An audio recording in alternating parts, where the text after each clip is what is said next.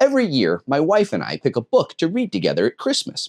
This year, we chose American Gods, one of my all-time favorite books. No, my all-time favorite book. The timing was, shall we say, impeccable. Christmas before last, my wife got me this beautiful annotated edition. I was thrilled to get it. Finally, I could get all the references. The weirdest arcana about German wood spirits and shit. I must admit, I was disappointed to learn that Neil Gaiman did not do the annotating. That was done by a whole other person, a meticulous researcher named Leslie Klinger, who did a brilliant job, by the way. But I also learned that this is just how annotation works. It's typically not the original author doing the annotating. Seems obvious, I guess, now that I think about it, but I had never thought about it.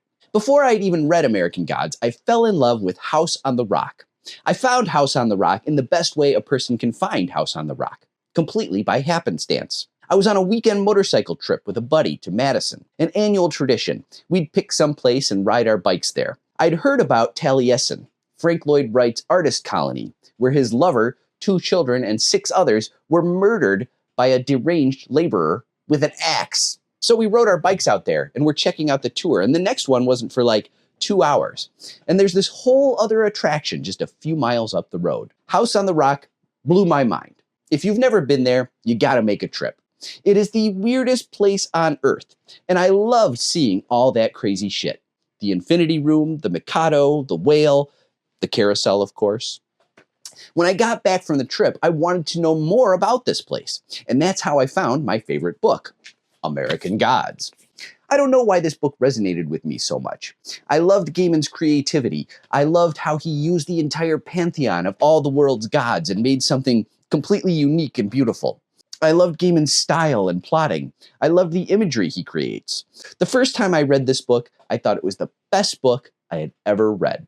I'm not a person who goes back and rereads their favorite book 100 times. I'm too much of a Sagittarius. I'm too curious about all the other stuff I haven't read to go back and read something over and over again. But part of me wanted to know, would this book still hit the same way? It's been more than a decade since I discovered this book. Since then, I've read just about everything I could find written by Neil Gaiman. I loved Graveyard Book, shared that one with my kids. Neverwhere was so much fun. The series was okay. Stardust I loved. The movie too. Not quite transcendent, but a rollicking, star-studded Cliff Notes version of the book. Many short stories and comics, Sandman of course, the comics and the series, fantastic, amazing. I was disappointed in the American Gods TV series. I loved the original story too much to tolerate the kind of changes they wanted to make. I borrowed a copy of the American Gods graphic novel series from the library. Really enjoyed that. Fun to see it visualized that way. Does the book hold up? Yes, definitely. Having the annotated version was frequently distracting, but I just recently read Robert Greene's Art of Seduction, so I was ready. Far too many of the notations were about changes in the body of the text since the first edition. But the place the annotations really shine was with all those weird little references Gaiman makes to different gods, giants, culture heroes, and fairy folk.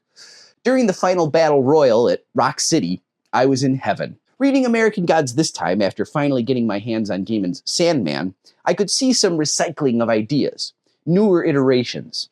I liked catching those references this time. The annotations helped make sure I didn't miss any. Of course, as I alluded to in my introduction, this was an ill-fated time to be enjoying my favorite book. Gruesome new details, upsetting headlines about our star author, Mr. Neil Gaiman, ripe for cancellation. It makes me sad. It bums me out. I will not diminish the gravity of the things that Gaiman is accused of, some quite sickening. It seems like modern audiences have a really hard time separating art from the artist. I feel like once allegations are leveled against an artist, people are expected to forget or change their opinion about the quality of that person's art, which isn't always easy to do. Pablo Picasso probably got up to much worse than Gaiman is accused of. Does that make Guernica any less stunning to behold?